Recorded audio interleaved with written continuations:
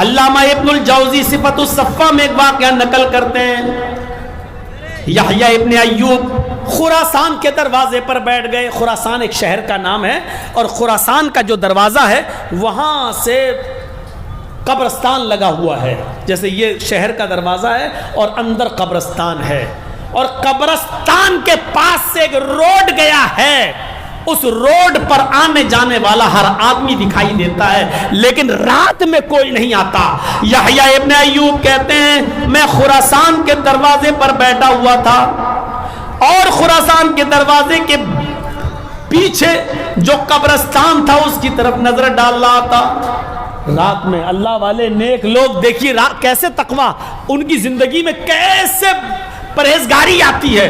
رات کو اٹھے، تقریباً ٹائم رہا ہوگا یہی 2:30-3 بجے کا، اٹھے اور خراسان کے دروازے پر بیٹھ گئے، اور دروازے پر بیٹھ کر قبرستان دیکھنے لگے.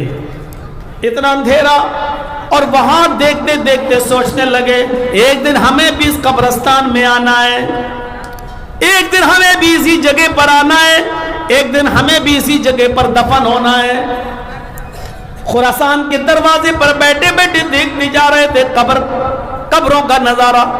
اتنے میں یحییٰ ابن ایوب کی نظر ایک آدمی کے اوپر پڑتی ہے جو کمبل اوڑے ہوئے تھا اور اپنا چہرہ چھپائے ہوئے تھا.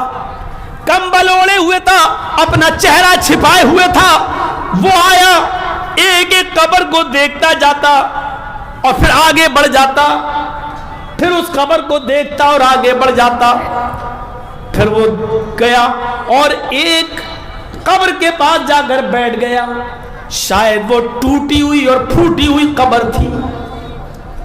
وہ آدمی جو کمبل اوڑے ہوئے تھا اور اپنا چہرہ چھپائے ہوئے تھا، دور سے میں اس کو نہیں پہچان پایا کہ وہ کون ہے. وہ ایک ایک قبر پہ آتا جاتا، دیکھتا جاتا، بڑھتا جاتا، اور بالآخر ایک ٹوٹی ہوئی اور پھوٹی ہوئی قبر کے پاس جا کر بیٹھ گیا.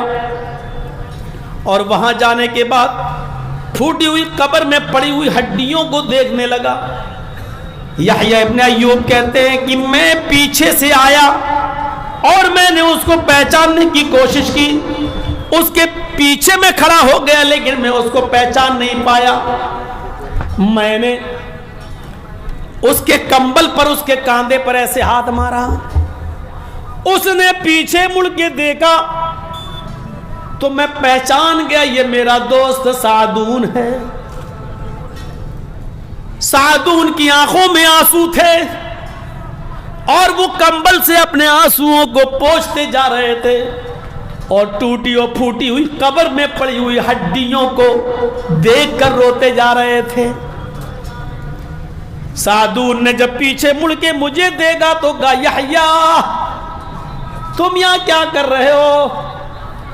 میں نے کہا میں اسی قبرستان کو دیکھ رہا تھا کہ تم آ گئے ہو. کہا یحییٰ بیٹھو، آؤ اس دن رونے سے بہتر ہے کہ آج رو لیں. قیامت کے دن آنسو بہانے سے بہتر ہے کہ آج آنسو بہا لیں. آئے یحییٰ، یہ ٹوٹی پھوٹی ہوئی قبر کو دیکھو، یہ ہڈیاں میری طرح تھی، یہ کھوپڑی میری طرح تھی. جیسے ہم لوگ ایک دوسرے کے بارے میں سوچتے یہ بھی ویسے ہی سوچا کرتی تھی. آج کوئی پوچھنے والا نہیں. کل میری ہڈیوں کے ساتھ اور تمہاری ہڈیوں کے ساتھ بھی یہی ہوگا. آئے یحییٰ وَإِذَا الصُّحُفُ نُشِرَتْ، اس دن کیا ہوگا جب صحیفے کھول دیے جائیں گے، نام اعمال ایک دوسرے کے ہاتھ میں دے دیے جائیں گے، اور ہم اور آپ اپنی اپنی نیکیوں برائیوں کو دیکھ لیں گے. ایک چیز بھی چھپی ہوئی نہیں ہوگی. اس وقت کیا ہوگا، ہمارے اور آپ کے ساتھ کیا معاملہ کیا جائے گا. اس دن کے رونے سے بہتر یہ. سعدون کہتے ہیں میں یہ سمجھا رہا تھا، سنا رہا تھا، اور یحییٰ ابن ایوب اتنا روئے کہ روتے روتے بے ہوش ہو گئے، زمین کے اوپر گر گئے. جب وہ بے ہوش ہوئے تو میں اپنے کمبل کے کونے سے ان کے آنکھوں کے آنسو جو نکلے تھے وہ پوچھنے لگا، اور ان کا چہرہ پوچھتا جا رہا تھا. تھوڑی دیر کے بعد یحییٰ ابن ایوب کو جب ہوش آیا تو سعدون نے کہا آئے یحییٰ تم بے ہوش کیوں ہوئے؟ فرمایا سعدون تم نے ایسی ایسی قرآن کی آیتیں پڑھی، قیامت کا نقشہ کھینچا، میدان محشر کا نقشہ کھینچا، اللہ کے عذاب کا نقشہ کھینچا، موت کا ایسا ڈراؤنا تصور تم نے کھینچا کہ میں اللہ کے خوف سے بے ہوش ہو گیا۔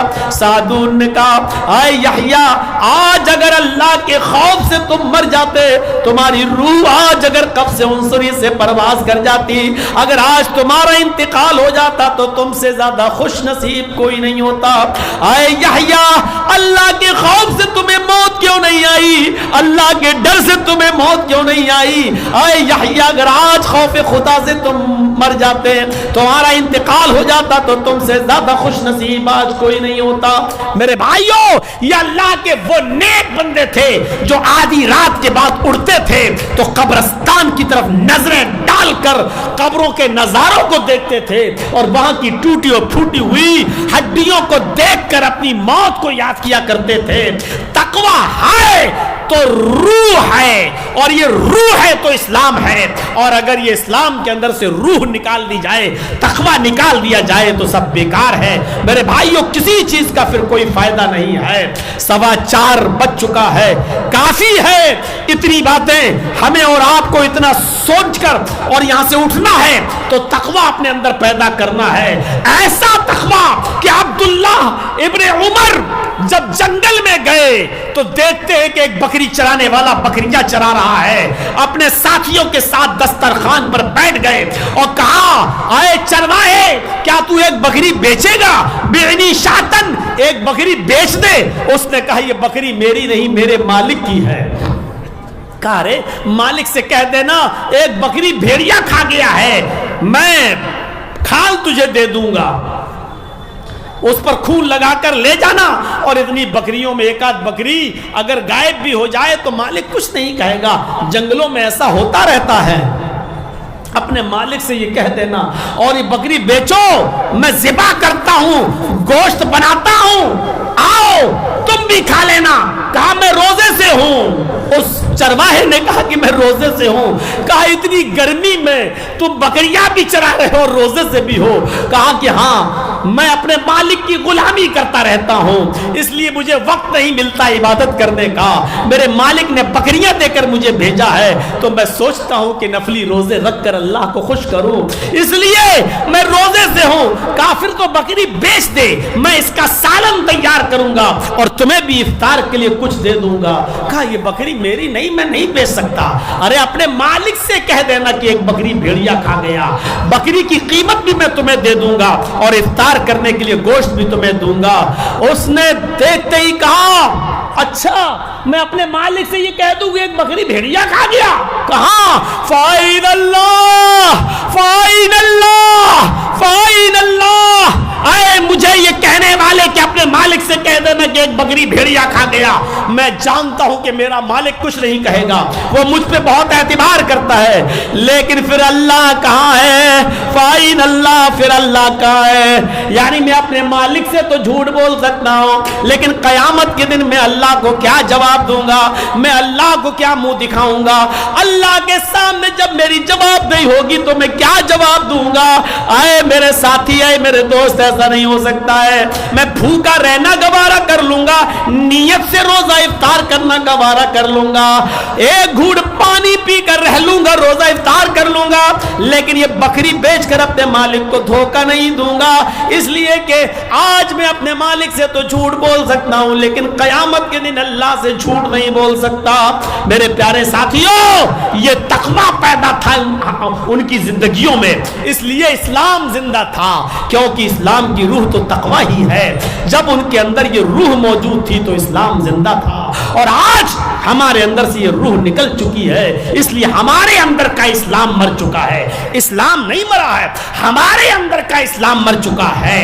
اسلام تو زندہ ہے اور قیامت کی صبح تک زندہ رہے گا، لیکن ہمارے اندر کا اسلام اس لیے مر چکا ہے کیونکہ اس اسلام کی روح ہمارے اندر سے نکل چکی ہے، اور جب روح نکل گئی تو ڈیڈ باڈی کی کوئی قدر نہیں ہوتی ہے۔ میرے بھائیوں، یہ لاشیں ہیں، لاشیں۔ مولانا جرجیس زندہ قوم کو نہیں سمجھا رہا ہے، زندہ لوگوں کو نہیں سنا رہا ہے،